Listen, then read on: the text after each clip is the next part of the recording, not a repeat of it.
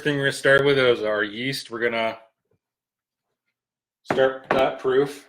So you need 1.5 cups of water. Room temperature water, slightly warmer.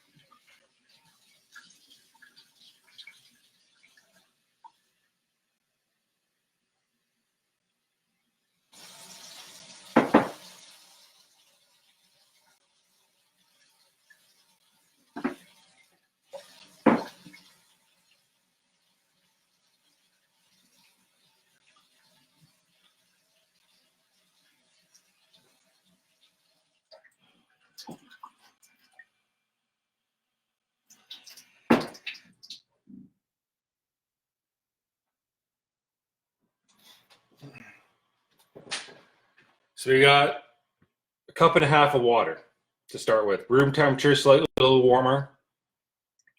For temperature gauging, run your fingers under the tap, and as soon as it feels no different than your own body temperature, then you're pretty much good to go. And there should be no difference from the air temperature from moving your hands in and out of the water at that point. So we got our water. Now we need our yeast. We need... Actually, let's do our sugar first, because I like to dissolve the sugar a little bit in the water. So you need 2 tablespoons of sugar added to your water. Here, I'm going to tilt this down so you can see better.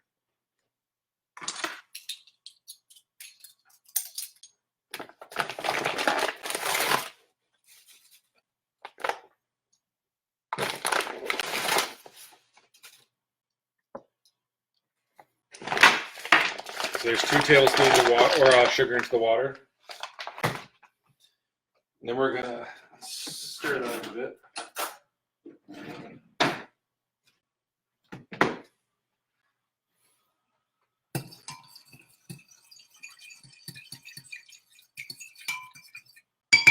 Okay, and then to that we're gonna add our yeast, and you need 3/4 tablespoon.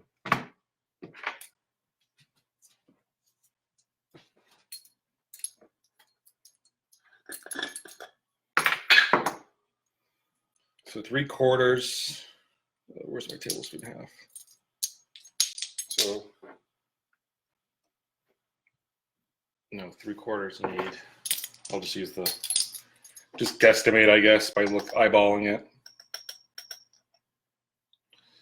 If there's a little bit more yeast, doesn't really matter. It'll just rise faster, really.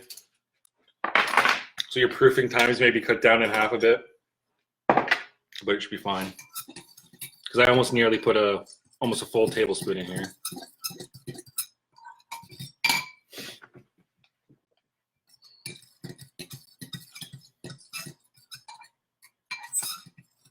Oh, sorry, yeah. So, no, they call 3¼ tablespoon instant yeast. We're using active dry yeast, so that's a tablespoon. So yeah, I'm gonna put a little bit more in there. So if you're using active dry yeast, do a full tablespoon.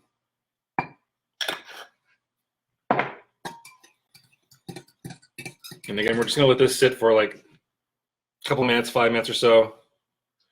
Just long enough for it to activate, just get a nice little foam going.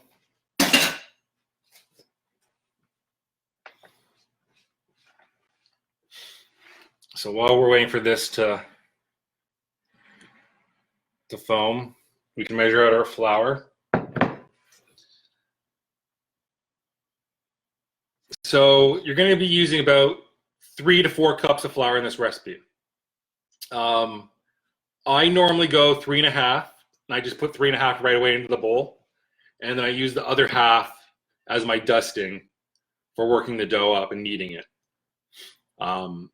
But you probably won't use full, like 4 full cups. You'll probably use just a little bit of the 1/4 or half of the cup that's left over of the flour to use. So let's measure out our flour you need. So I'm gonna put 3.5 cups in here. Now, when you measure flour with a measuring cup, don't scoop in and then go across like that right away with a knife, because it's going to be very compact. When you measure flour, you don't want it to be compact. You want it to be fluffy and airy. That's why a lot of recipes call for it to be sifted before it's measured, right?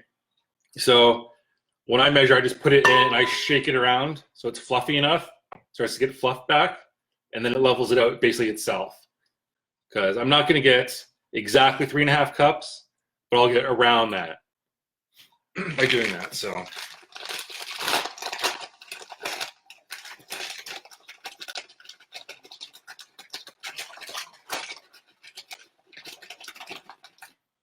there's 1,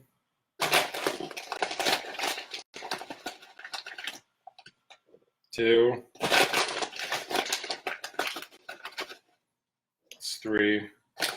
I'll do half of this, and I'm just eyeballing it. I'll put a little bit more in there. So that's 3.5 cups of flour. Now to the flour, we're going to add some salt. We're going to do a teaspoon of salt.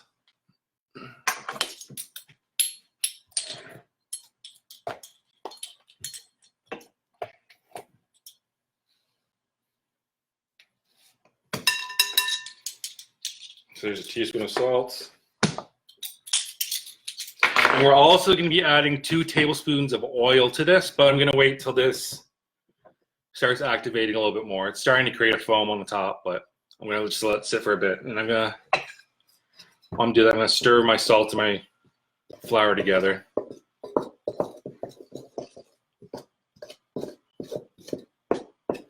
Oh, and I just lost a bunch of flour.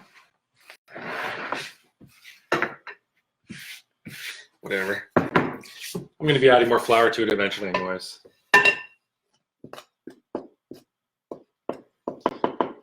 So if you have a mixer, you can do this all in the mixer if you want, but eventually you will have to take it out and knead it a little bit.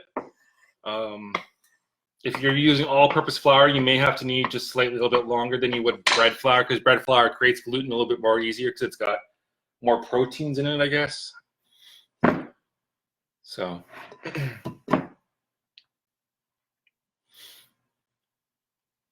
are you following along, Jen?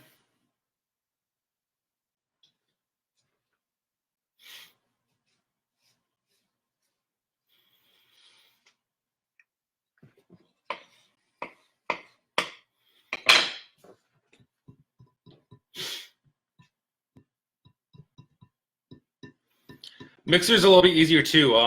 When you're doing the mixer, you don't have to put all the flour in right away. You can just start adding it a little bit at a time. And as soon as it starts to pull away from the sides of the bowl of the mixer, that's pretty much enough flour to start your kneading by hand. And then you'll take it out of the mixer, and then you can add some flour on your counter, your hands, and start working up until it's tacky but not sticky.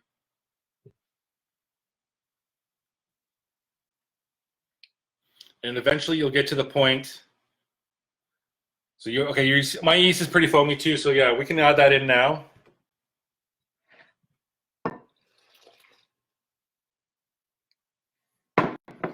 And then we're also going to add 2 tablespoons of oil to the mixture.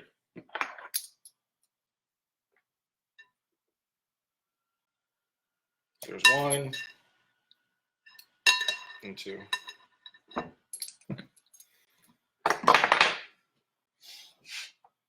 Oh, I don't know why I brought that over. I meant to bring these over. All right. So as soon as you got your oil and your yeast in there and water, just start mixing it up.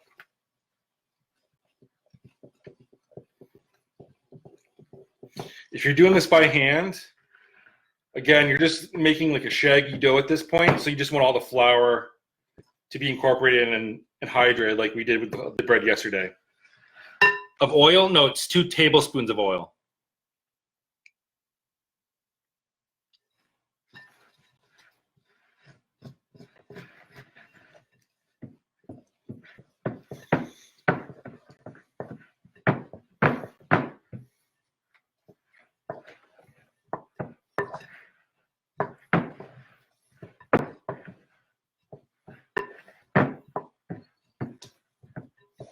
And just by me looking at this, I can tell I'm going to need to add a little bit more flour before I put it on my, I don't know if you can see, on my workbench, because it's a little sticky. It's a little wet. It's more hydrated than I wanted to.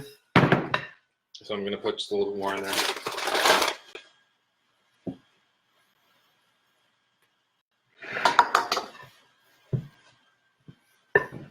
That's better.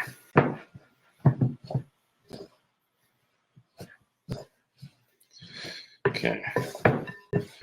There you go. That's more of a shaggy looking dough where it's still get together. It's starting to get together and there's less hydration. All right.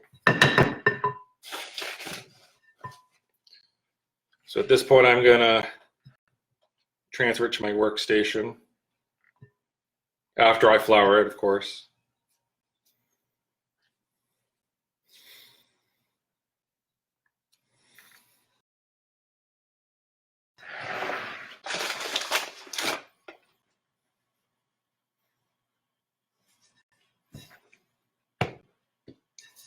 I'm gonna scrape the sides of the bowl, get all the little shaggy bits that are stuck to the sides, and any little bits of flour that you didn't get.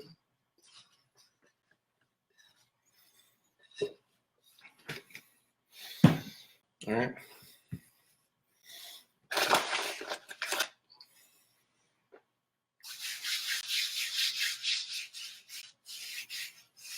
It's not supposed to be too dry. It should be, when you're kneading it by hand, it should be tacky, but not sticky eventually. If it's sticky, you can add a little bit more flour. If it's a little dry right now, try kneading it, and because most of the moisture may be stuck inside of the dough still, so just like spread it out and like work it out. It may eventually work itself out, but at this point, don't add in any more flour if it's already dry. Just knead it and see how it feels.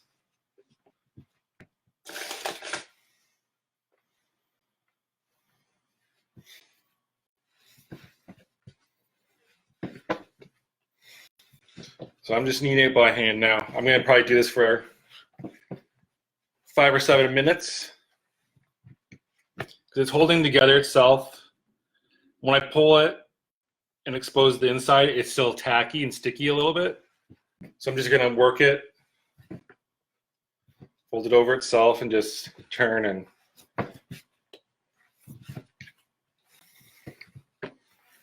you see it's sticking to my hands.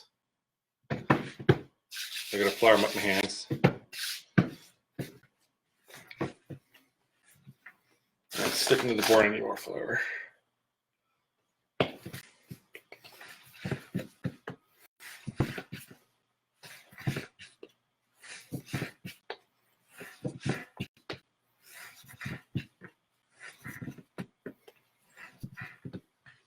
Yeah, as I keep, like, it felt dry there a minute ago, and as soon as I start to knead it more, it starts to feel more tacky because it's starting to work the dough together with itself, and it exposed more of it to the air. So, but it's getting there.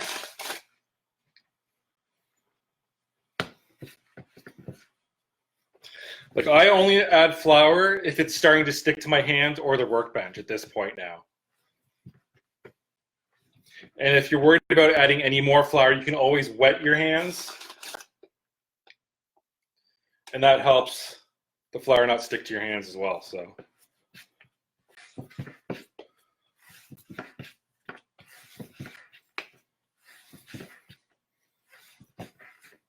I see it sticking to my hands again.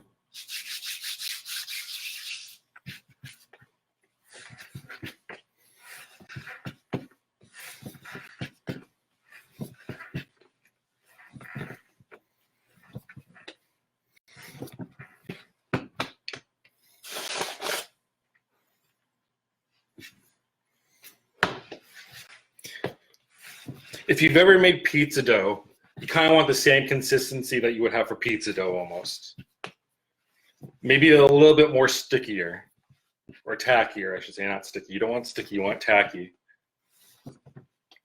And you know it's done for these ones. You're not going to do a window pane test. You're going to do a poke test.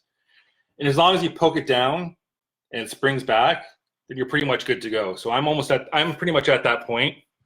I don't know if you can see why it springs right back.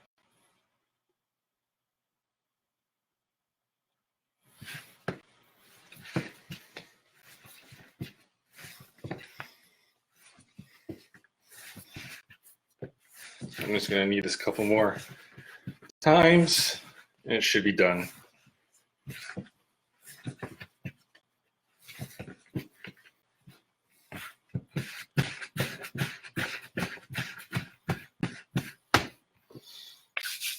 So I poke it, and it pokes right back. Half sprung, work it a little bit more. Are you using bread flour or all-purpose flour? If you're using all-purpose flour, you may have to need it a little bit longer just because you need to build up those gluten strains. That gives you that elasticity.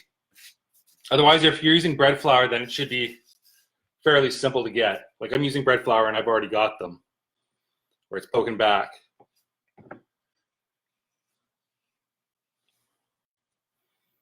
All-purpose, yeah. So you're using all-purpose, yeah. Just need it a little bit more. So I'm just gonna let this rest while I clean out my bowl I'm gonna use.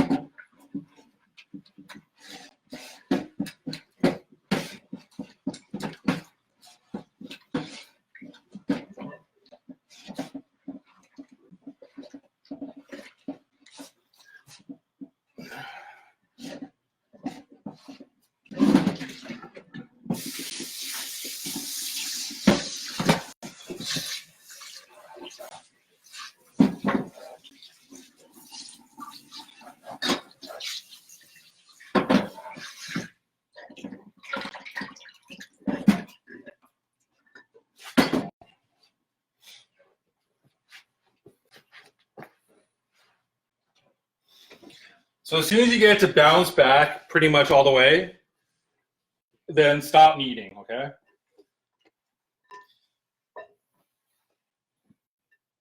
Again, it should just bounce pretty much back into form.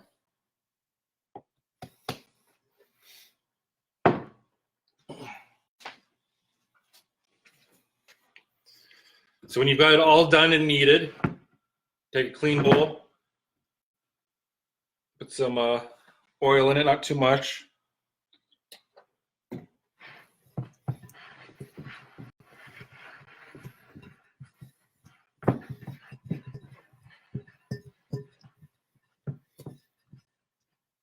All right.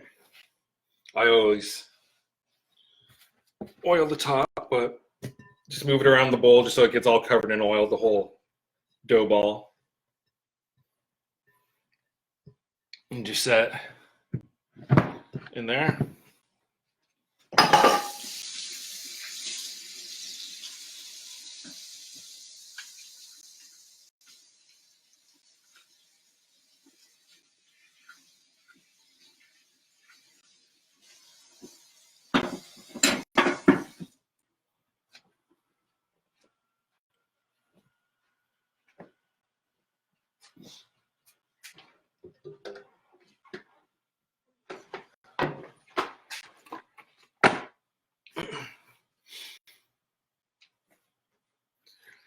So how's your dough looking right now?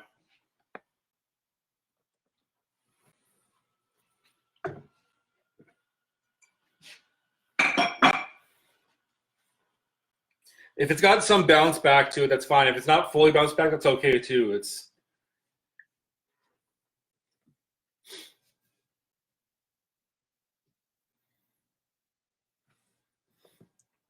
And if you're worried about it being a little too dry, good, it's in your bowl. Okay, so yeah, we're just gonna cover it in plastic wrap, or you can use a dish towel and just damp it underneath some warm water and just lay it over top if you're worried about some moisture, because that'll give it some moisture too.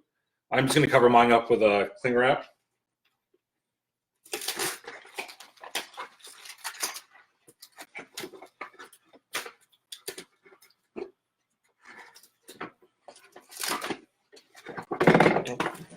I hate thin wrap.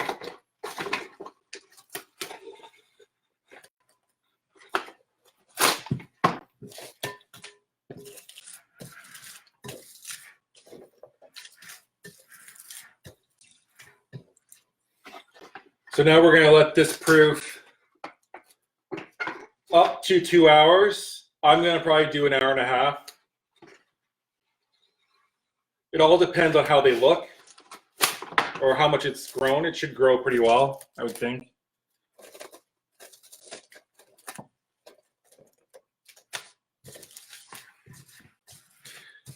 Because this is the first, like yesterday, there's going to be 2 proofing stages. This is the first one. Second time when I come back, so let's figure this out. It's 1 o'clock now, hour and a half from now. So that'll be what, 2:30? At 2:30, I'll be back online, and we'll cut and portion the dough, and we'll start to shape them into their bun shapes, and then we'll put them on a tray, and they'll proof again for another hour and a half to 2 hours, and then we'll be back for the baking process after then. Okay. All right. Yeah. Send me those pictures. Let me see how it looks. I'm sure it looks good. So again, we're just gonna let this sit on the counter for an hour and a half, and I'll be back at 1:30.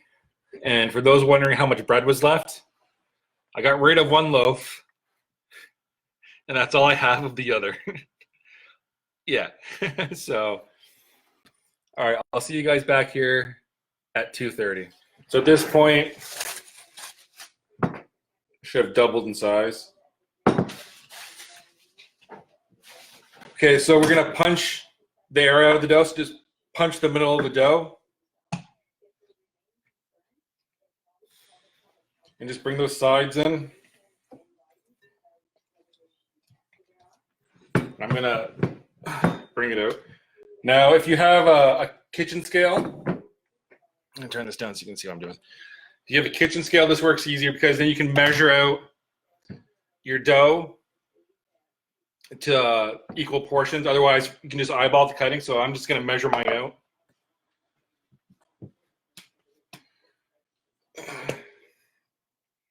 So I've got 933 grams.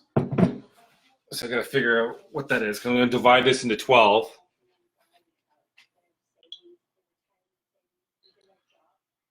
So 933 divide by 12. So I'm gonna make about 77 grams per ball. I'm gonna wash my hands again because I touched my phone.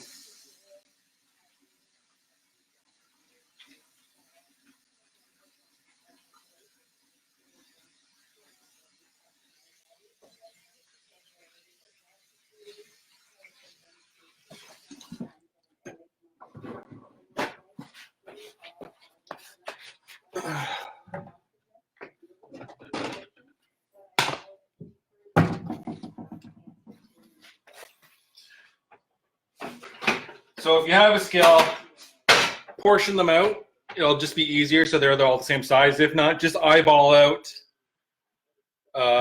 12 rolls. So we'll cut your ball in half, then cut each of those in half. So it gives you 4, right? Yeah, 1, 2, plus 2 more is 4. And then you do what? Each of those into 3.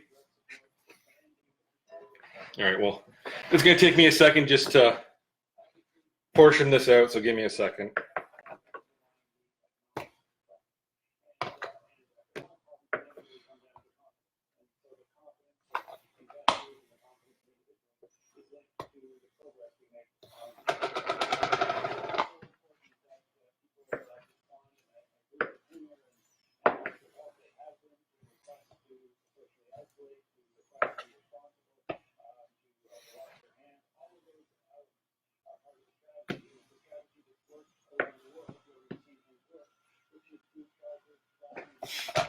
So yeah, this is just going to take a while because I got to portion out 12.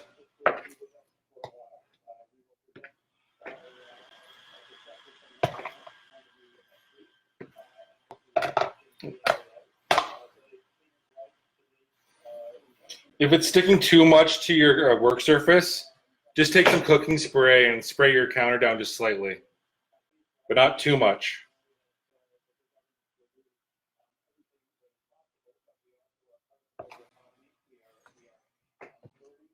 So I got 1, 2, 3, 4.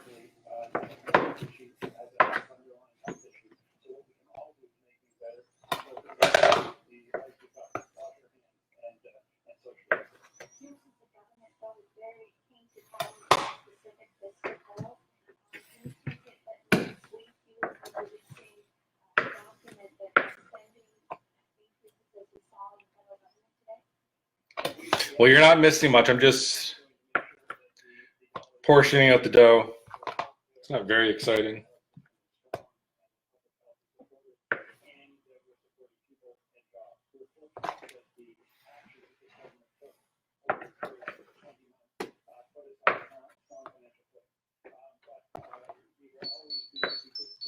All right, someone's texting me, but they can wait.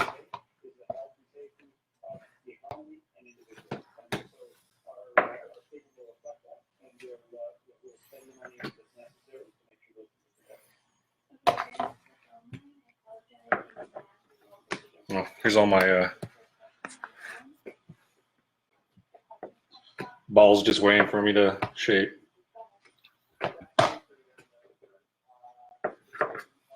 One, 2, 3, 4, 5, 6, 7, 8, 9, 10, 11. It should be 12. 1, 2, 3, 4, 5, 6, 7, 8, 9, 10. So this is the 12th one, yeah. All right, perfect. So you got your 12 cuts made. You're gonna take your first piece, and you're just gonna do it like we did with the bread the other day. We're gonna just fold in the sides just to make a small dome, more of a ball shape, and pinch it together and turn it around a bit. And once you get your ball like this, you're gonna take your hand, you're gonna make a C shape like this and lay it down like that. And you're gonna scoop the ball and you're just gonna move it around in your hands. And the ball's gonna move around. You're just rounding it. You're not gonna spin the whole ball around. It's just moving it around slightly until you create a little pinch at the bottom when it's a more uniform shape, right? And then you're gonna take your tray, lined with parchment paper. I got silicone mat that I use, and you just place it down. And we're just gonna continue that for our next 12 or next 11. So just take your piece, fold in the sides to the middle.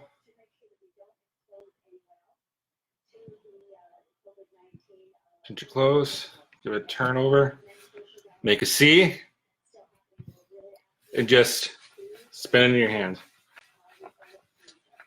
When you turn it around, you're trying to push a little bit into the bottom so it like forms more of a tight little form, like a ball. Now it's once you figure out how to do it, it's pretty easy. There's our second one.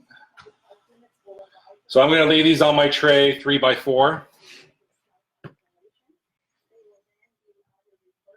because you want to give them about an inch space, inch and a half if you can, because these are going to sit for another proofing for another hour and a half, and they will double in size again.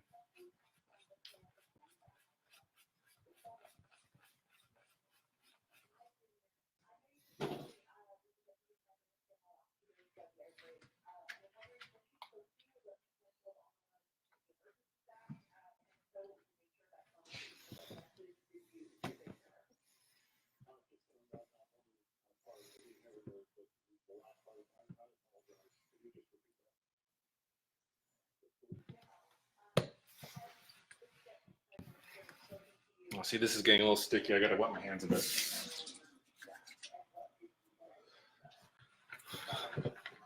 A little too wet.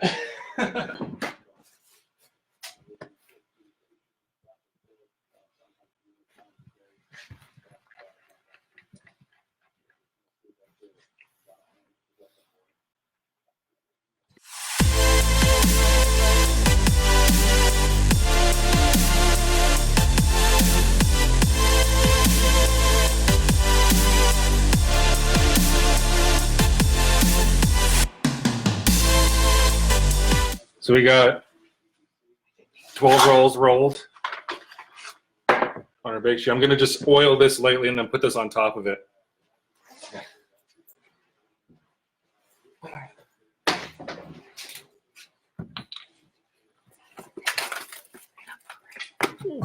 Oh, crap. Left that on. Warms me.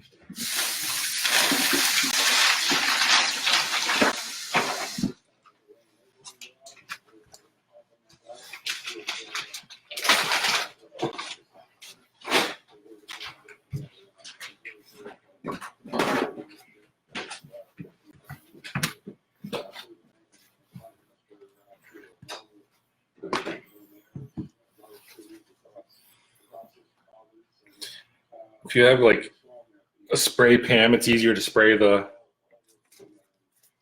cling film. I'm just going to rub this with oil.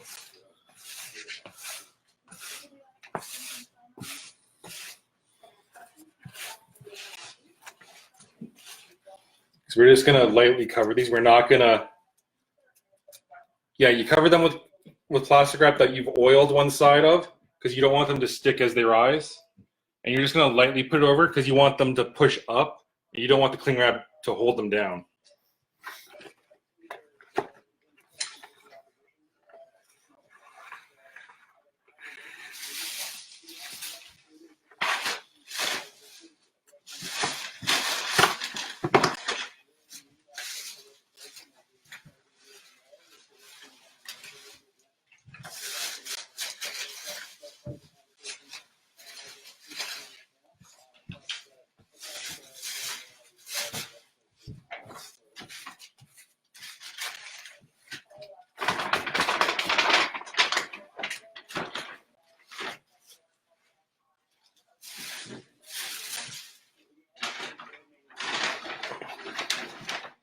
Yeah, so once you got them covered, just leave them out on the counter.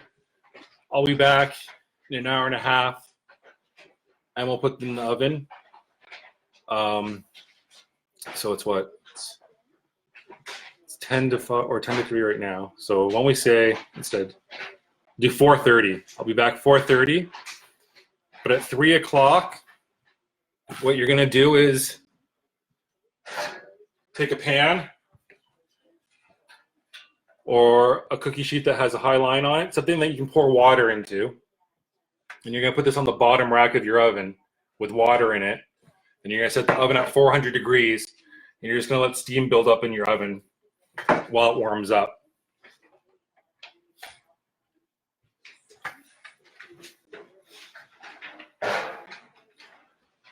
So at 3 o'clock, do that with your oven with a pan with water in it at 400 degrees. And then at 4:30, or sorry, at 4 o'clock, do that. And then at 4:30, I'll be back.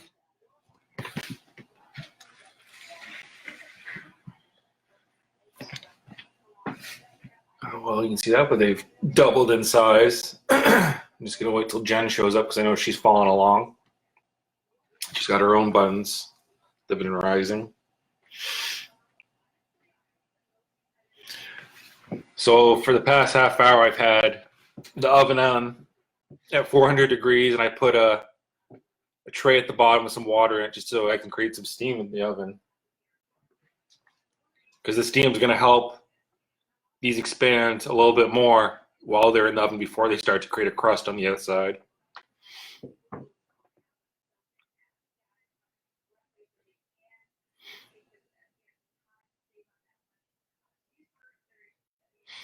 I'm going to text her to let her know I'm back.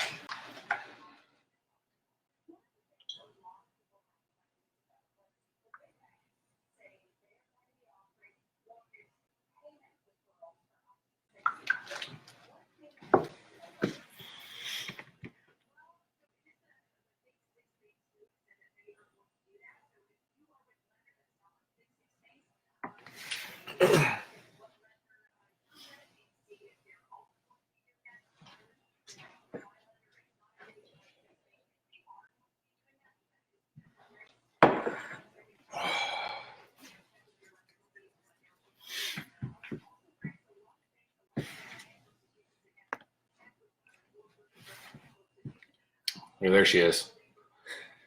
Okay, so yeah, we both have our ovens on at 400 degrees for the past half hour with a tray of hot water at the bottom. That's going to create the steam that we need for these to expand just a little bit more in the oven, and before they'll start to create a crust. We're going to put them in there for about 15 to 17 minutes. For the first 10 minutes, we're going to leave the tray in there with the water for the steam. And at 10 minutes, we're going to take the tray out carefully and then let them bake for another 5 to 7 minutes, all depending on how dark the crust is forming at that point or how much of a crust you want. Okay, so I'm going to carefully take the plastic wrap off without deflating these or putting any pressure on them. It should come off easy because I greased the cling wrap. It's sticking a little bit. It's okay.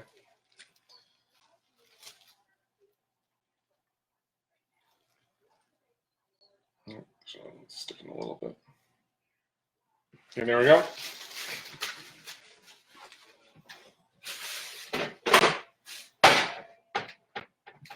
All right, so I'm just going to open the oven and put these in. It should be in about the middle of the oven, the rack that you're putting these on. So it should be, the water trays on the bottom rack. There should be an open space and then the rack for your buns, just so it has room for the steam to go up and around.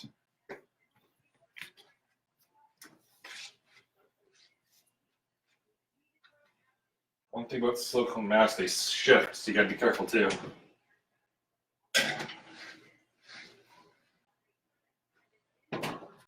Okay, so those are gonna be in there for 10 minutes with the tray. I'll set timer.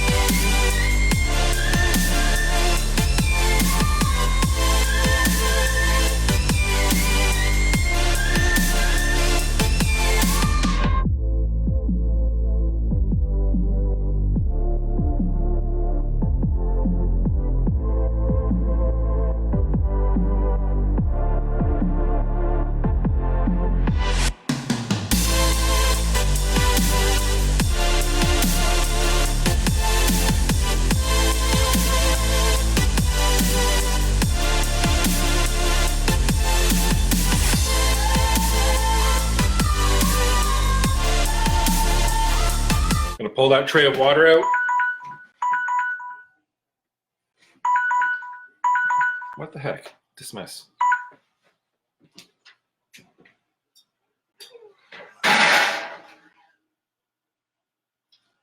So yeah, I was almost out of water. I just poured enough in there. That's awesome. Okay.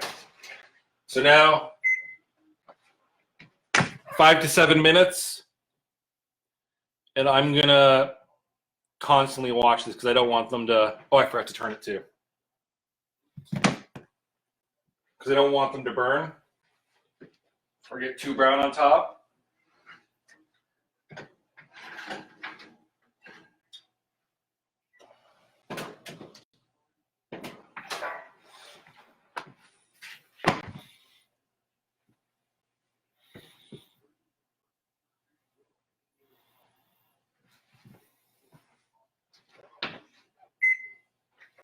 So don't mind me as I bend down here and just watch these.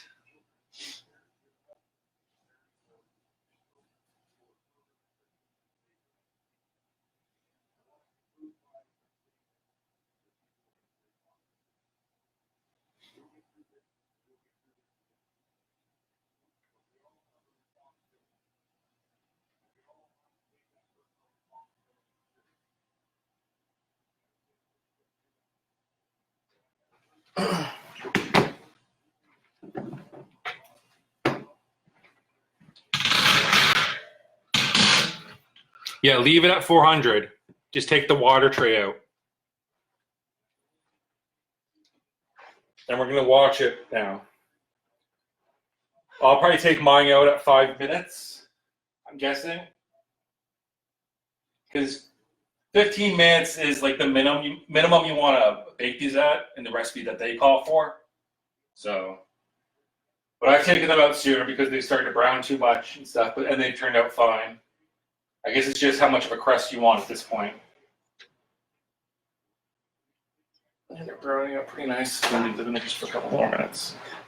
See, I'm gonna take mine out soon. I'm not gonna do the full 5 to 7 minutes. Like that's like I said, babysit these because bread browns fast when it started to go. So.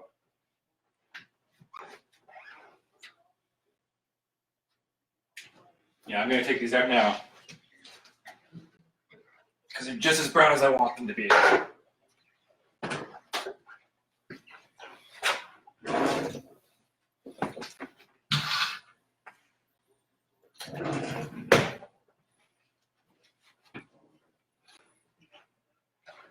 So here you go.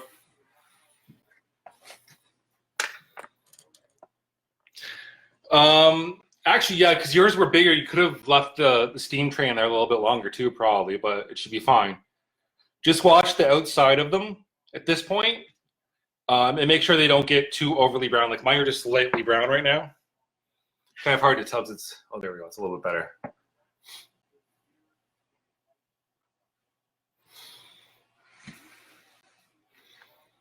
So here you go. These are the buns.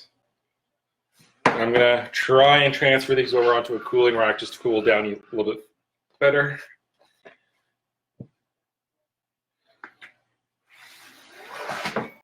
There we go.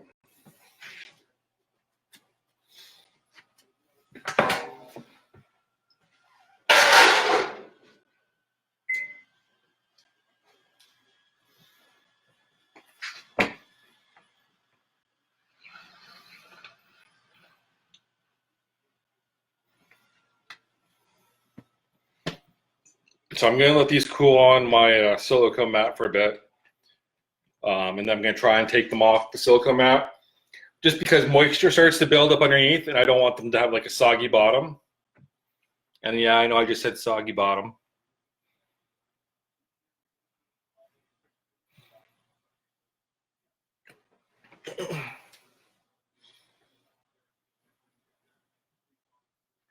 I'm going to stop my timer.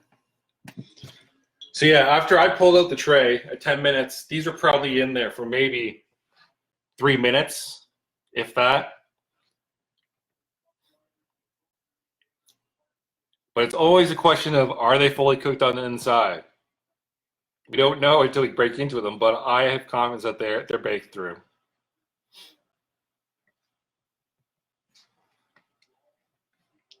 They're very soft.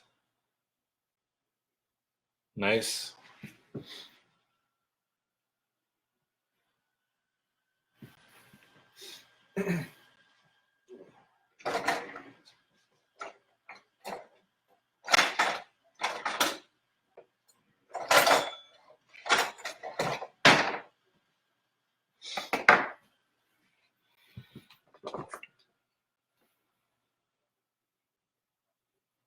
They smell really good.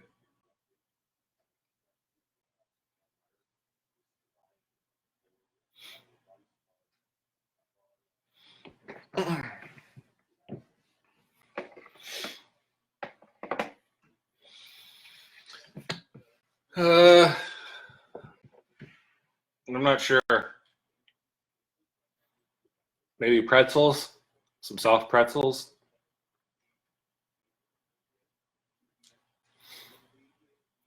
I'm gonna research how to make bagels as well.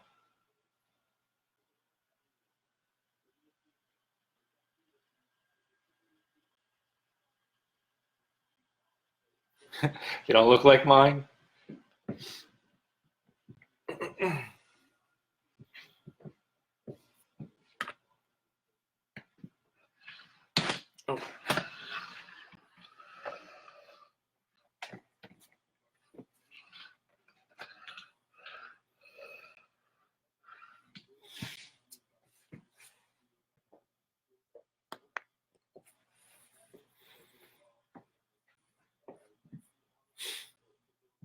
It'll be a Festivus miracle if I can figure out how to make bagels.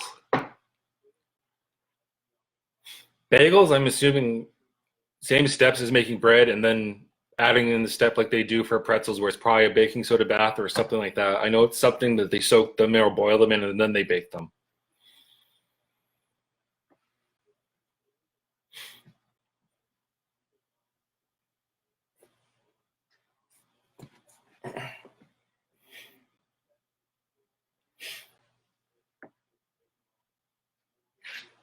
I'm gonna try and move these over onto this.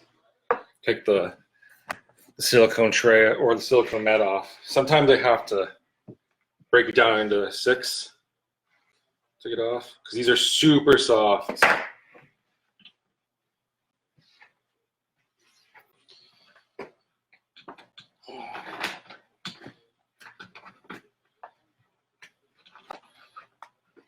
Yeah, these are super soft right now.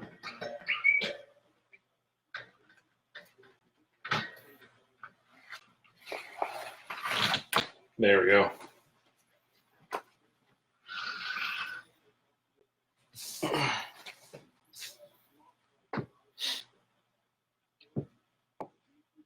So I want to break into one just to see what it's like. That's all. But that's my thing always. I always want to just break into it just to see how it turned out. And that's the best part about baking it yourself because you're the tester.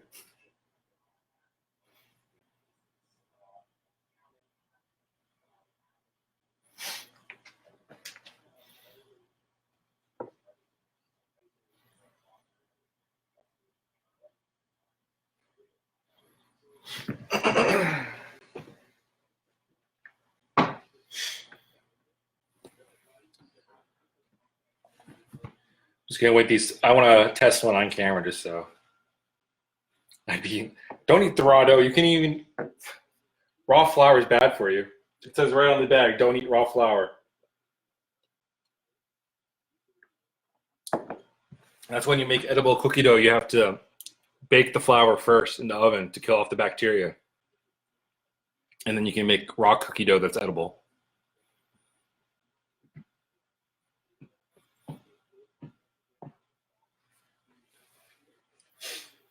I'm so tempted. I'm gonna do it. I think. Yeah, I'm gonna break into this. Yeah,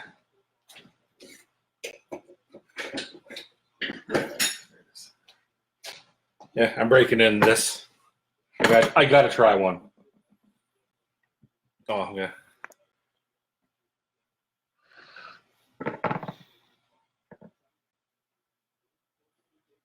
Oh, it's perfect.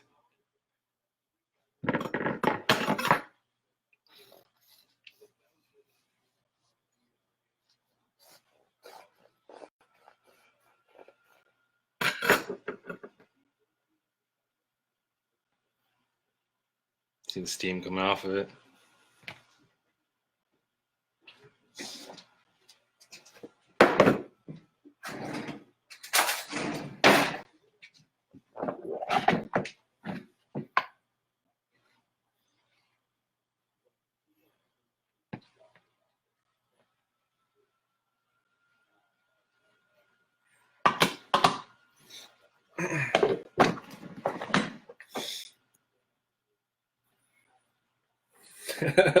Now it's turning into a mukbang.